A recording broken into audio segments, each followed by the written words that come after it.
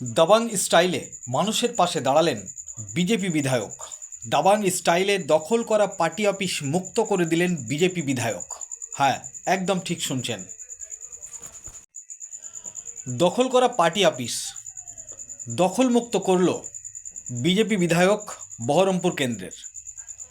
বিধানসভা নির্বাচনের ফল ঘোষণা হতেই গতকাল বিকেল থেকেই বহরমপুরের বিভিন্ন এলাকায় তৃণমূল কংগ্রেসের পার্টি অফিসে বিজেপির পতাকা টাঙিয়ে পার্টি অফিস ভাঙচুর করে দখল করে বিজেপি, এই বলে অভিযোগ। এরপরে আজ বিকেলে বহরমপুর কেন্দ্রের বিজেপি বিধায়ক তার দলীয় কর্মী সমর্থকদের নিয়ে দখল করা পার্টি অফিসগুলো থেকে বিজেপির পতাকা খুলে নেন এবং পার্টি অফিস দখলমুক্ত করে দেন এবং গঙ্গার ধারে সরকারি জমিতে গজে ওঠা অবৈধ পার্কিং জোনগুলোকে পার্কিং চার্জ না দেওয়ার হুঁশিয়ারি দেন বিজেপি বিধায়ক। তিনি বলেন, কোনো পার্কিং জোন থেকে পার্কিং চার্জ নেওয়া হবে না। নতুন সরকার গঠন করে যেটা সিদ্ধান্ত নেবে সেই সিদ্ধান্ত অনুযায়ী কাজ হবে বাংলায়। এই সেই বিজেপি বিধায়ক যিনি বহরমপুর কেন্দ্রের দুজন তাবড় নেতা কংগ্রেসের অধীর রঞ্জন চৌধুরী এবং তৃণমূলের নাড়ু গোপাল রায়কে হারিয়ে সদ্য জয়ী হয়েছেন বহরমপুর কেন্দ্রে। কি বলেছেন বিস্তারিত শোনাবো আপনাদের। এই ভিডিওটি যারা দেখছেন ভিডিওটি শেয়ার করবেন, চ্যানেলটি লাইক করবেন আর সাবস্ক্রাইব করবেন। আই লাভ মাই ইন্ডিয়া, মেরা ভারত মহান।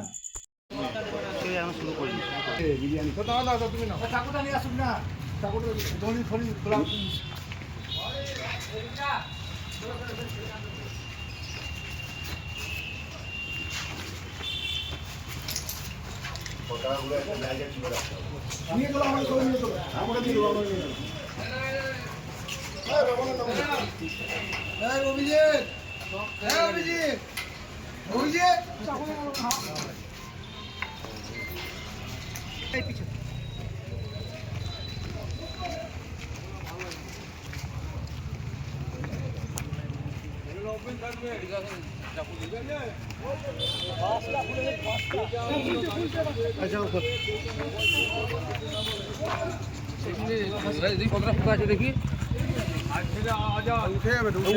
ঠেলে দি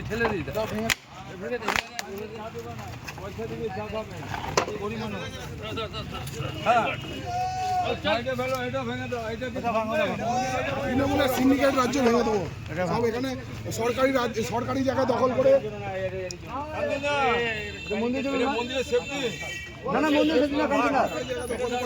চাঁদাবাজি অভিজিৎ বলে দেবো।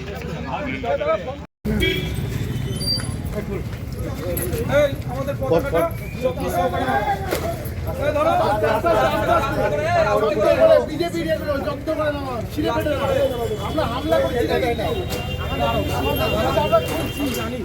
হামলা করছি না, ভালো হবে না।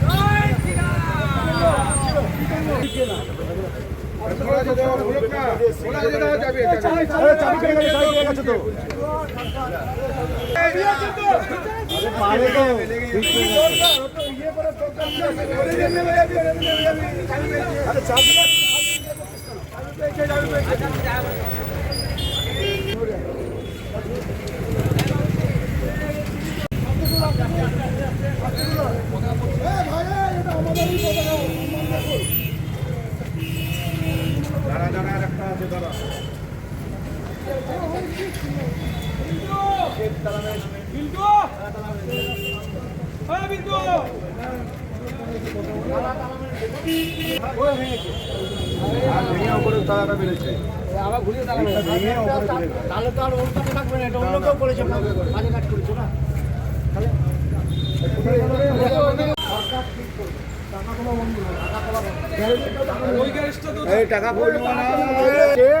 ওকে বলে দিলাম তুমি যেমন ডিউটি করছো করো, তুমি কিন্তু পয়সা নেবে না।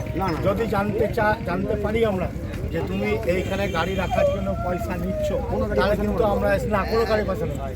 সরকার গঠন হবে, সরকার ঠিক করবে, সরকারি জায়গার উপরে সরকার ঠিক করবে গাড়ির পার্কিং থাকবে না থাকবে না, থাকলে কত টাকা দিতে হবে, কাকে দিতে হবে, সরকার ঠিক করবে। ঠিক আছে, তুমি তোমার কাজ ছাড়ো। এটা তো যে মোটা অঙ্কের টাকা নেওয়া হয় প্রতি মাসে ভাড়া এর কোনো হিসাব নেই, যার জন্য এখানে উনি এখন আছেন। আপনি আছেন না? আপনি আছেন তো এখন এখানে?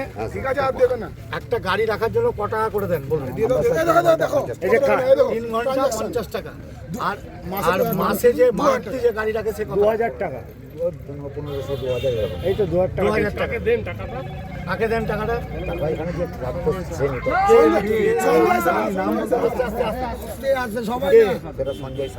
সঞ্জয় শাহ মানে বাবুলাল, ও টাকাটা নিত, ও মিউনিসিপ্যালিটিতে জমা দিত কি দিত না আপনি জানেন?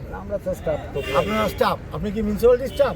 তাহলে আপনি ওর আন্ডারে কাজ করতেন। জায়গাটা তো গভর্নমেন্টের জায়গা, আপনি জানেন। এটা হচ্ছে আমাদের মানে গঙ্গা নদী, এই গঙ্গা নদীর আন্ডারে হচ্ছে এই জায়গাটা, ঠিক আছে? তো সেই জায়গায় যে অবৈধভাবে পার্কিং হয়েছে সে হতেই পারে, মিউনিসিপ্যালিটি তার নিজের ইনকামের জন্য সে করতে পারে, কিন্তু এটা অবৈধ।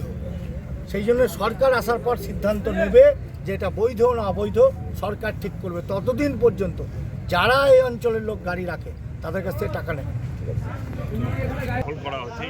না, এগুলো আমরা হতে দেব না, এগুলো আমাদের কালচার নয়। বহরমপুর শহরে কালকে রেজাল্ট আউট হয়ে যাওয়ার পর কিছু তৃণমূলের ছেলেরা এবং কংগ্রেসের ছেলেরা যারা বিভিন্ন ক্লাব বা বিভিন্ন পার্টি অফিস বা বিভিন্ন যেসব জায়গাগুলো আছে খাস ল্যান্ড যেগুলোর উপরে দখল করে তারা থেকেছে, সেখানে গিয়ে তৃণমূলের ফ্ল্যাগ ফেস্টুন খুলে দিয়ে ভাঙচুর করে বিজেপির ফ্ল্যাগ লাগিয়ে দিচ্ছে। এটা আমাদের কোনো বিজেপির ছেলেরা করছে না, আমাদের বিজেপি পার্টির কোনো রকম সমর্থন নেই। আমরা এগুলোকে ধিক্কার জানাচ্ছি, আমরা এগুলো চাইছি না। বহরমপুর শহরে কোথায় যদি এই জিনিস ঘটে সেগুলো আমরা গিয়ে আবার উন্মুক্ত করে দেব। কারণ সরকার আসুক, সরকার বুঝবে কোনটা খাস ল্যান্ড কোনটা অবৈধ নির্মাণ, সরকার করবে। আমাদের কোনো পার্টির তরফ থেকে এরকম ধরনের কোনো কাজ হচ্ছে না, হবে না। যদি কেউ কোথাও করে থাকে আমরা নিজেরা যাব, সেটাকে আমরা নিজেরা খুলব। আমরা এই জিনিস হতে দেব না। বহরমপুর শহরে এরকম ধরনের অত্যাচার চলতে থাকবে না। সে বিজেপিরও যদি কেউ করে তার বিরোধিতা আমরা করব, আমরা হতে দেব না এই জিনিস।